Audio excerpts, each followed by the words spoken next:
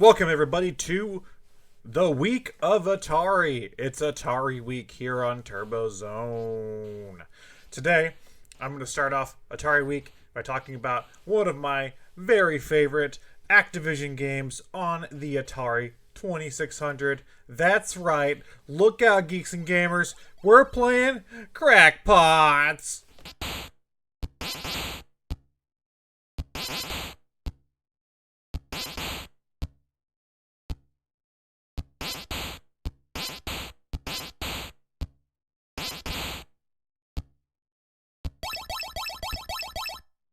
Crackpots on the Atari 2600 is a game designed by Dan Kitchen. If you don't know Dan Kitchen, he was an Atari programmer, and I'm pretty sure I talked about him before. I'm pretty sure. Let me look it up. I should have looked this up before I even started fucking recording. I talked about Keystone Capers recently. And no, Keystone Capers was Gary Kitchen. Wow. Dan Kitchen designed Crackpots for Activision in 1983. It was Kitchen's first game for Activision. Maybe they're related, maybe they're not, who knows. He would also go on to port games to the 2600 like Kung Fu Master, which apparently is a Data East game, and Double Dragon, which is Double Dragon. Crackpots, though, is a game where you control Potsy, a gardener. His name's fucking Potsy. Potsy's Brooklyn building is being overrun by bugs trying to climb inside 6 windows. The player must move Potsy back and forth along the rooftop and drop pots on bugs before they can get close enough to enter the windows. Yes, that is basically the way it goes. Each level, you are at the top of the building, and there are bugs. They look like spiders. I'm going to call them spiders. They're spiders coming from the bottom of the screen trying to get into your windows. The goal of the game is to prevent them from getting into your windows. If enough of those spiders get into your windows, I forget what the total count is. It's at the bottom of the screen. If that number of spiders, I want to say it's like 5 or 6, get into your windows, guess what? A fucking termite is going to chomp through one of your layers, and your building is going to get shorter and shorter. The player loses when the building is, I don't know, it's like super short or something. And the game, with your level getting, your field of play getting shorter and shorter, it becomes harder and harder to defend your windows. Each round, the spiders change up their patterns. I think there's like 4 waves possible. So there's like black bugs that have moved straight up. There are blue bugs that are wiggly, that wiggle from left to right. Red bugs that move diagonally, and green bugs that zigzag between windows. The latter two, the red and the green, are probably the ones that'll get you the most when the game gets faster and faster. This is a very simple game. It's the kind of game you expect to see on the Atari 2600. It's just done very well here, and I think it is a ton of fun.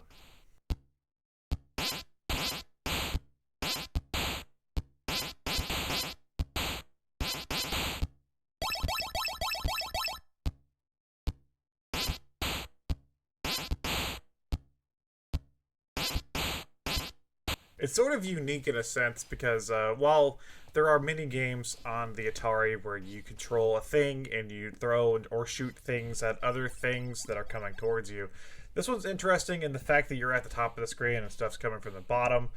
Most games, I think of like Space Invaders, or they've flipped. You're at the bottom, things coming from the top. Also, it's interesting that you have not limited ammunition, but whenever you drop a pot from a window, you can't use that window again for a minute. So if you don't time it correctly, that can fuck you up. Also, the patterns of the spiders can fuck you up. And it's interesting to have a game where you're trying to defend something instead of just trying to kill all of the enemies, because there is some strategy later on in the game when it becomes faster and faster where you can maybe let a few spiders slip on in and you know, kill the rest with the pots. Why not just get like some bug spray, you know, or something, or I don't know. Look, pots seem like the less effective method here. That's a lot of pot, and there's flowers in these pots too. That's a lot of. You're a gardener, and you're throwing this shit off of a building, and we're in Brooklyn, so you know, like they're landing out in the street. There's just a ton of broken pots and potted plants just all over the street at this point.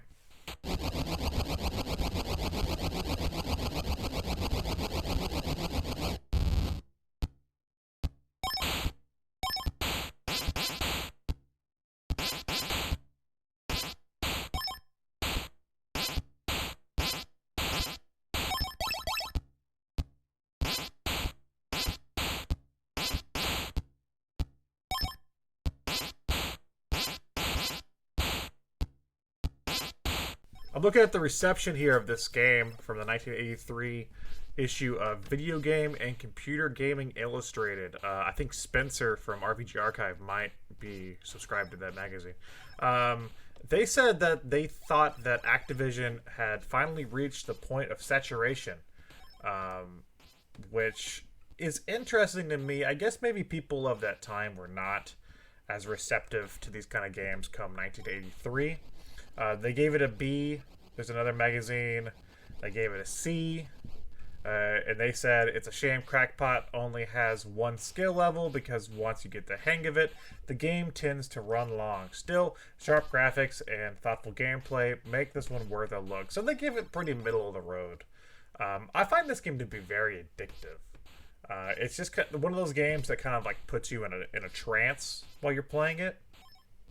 And this is a great game for like putting on some music or putting on like a podcast, you know, or something, and just kind of zoning out and having fun.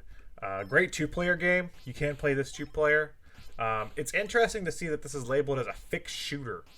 You're not actually shooting anything. You're dropping pots onto bugs. So not really a shooter per se. If it was a shooter, it'd be very different. There is a shooter. It's called EDF, and you do shoot spiders in that game. This is not that. This is Crackpots.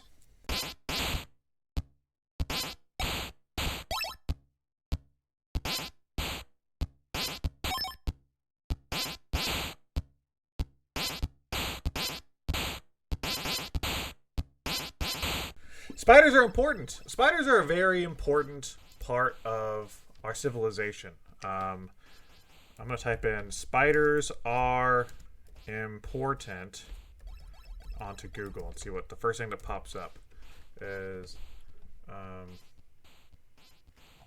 Why are spiders so important to humans? When it comes to pest control, spiders are some of nature's most effective arachnid assassins. Arachnid Assassins, also the name of my new comic book. Spiders feed on insects and other small arthropods, reducing the population of an array of potential pests such as flies, roaches, and mosquitoes. Or what are those little taco roll things called? Tocitos? I don't know. Spiders eat various household pests, including flies. So really, this gardener might want to invite these spiders in. They might set up some sort of arrangement. Why is he killing all of these damn spiders? Is this just like a spider genocide or something that we're witnessing? This is kind of fucked up, guys. I was originally going to give Crackpot, because I always do a number rating. I was going to give Crackpots a 9 out of 10, but I think I'm actually going to give it a 1 out of 10. I side with the spiders. I let it be known. Hashtag I stand with the spiders, with the Arachnid Assassins. That's an awesome fucking name. I'm making a comic book. I'm drawing a comic book tonight called The Arachnid Assassin.